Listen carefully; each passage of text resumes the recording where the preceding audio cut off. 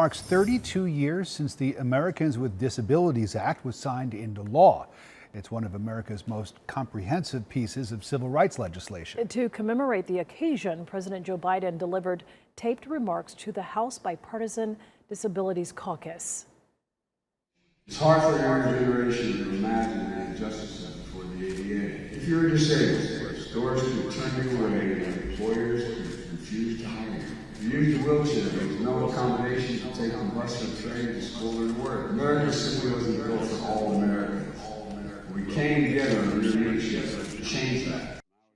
Despite noticeable progress, advocates say there's still much more work to do. CBS 46's Yasmina Alston has more on the story.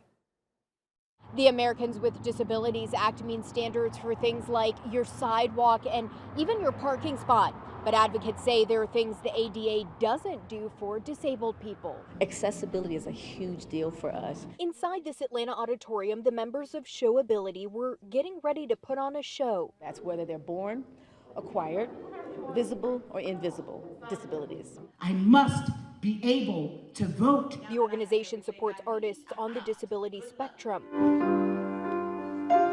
Performers, including a young man on the autism spectrum who is a pianist, a visually impaired pianist, among others. And on the 32nd anniversary of the Americans with Disabilities Act, advocates say they're also still working for more accessibility. One in four people have a disability, and we don't really see them. Therefore, all practical purposes, they're hidden in plain view. And we just feel it's important to acknowledge this large group of people who are very viable, who are very capable, who are talented. Showability founder Myrna Clayton says the ADA means standards for certain necessities, but in places like venues or performing arts centers, there isn't enough accessibility. For us as performers, we can't get on stage. Most stages are not accessible. And if they are accessible, it's because of equipment. It's not because of the human being.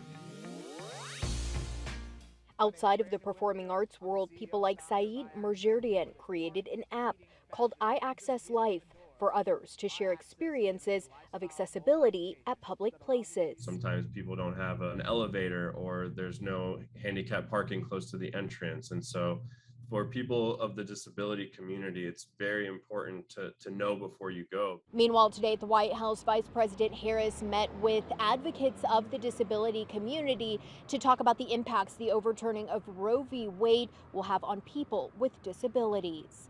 In Atlanta, Yasmina Alston, CBS 46 News. New tonight.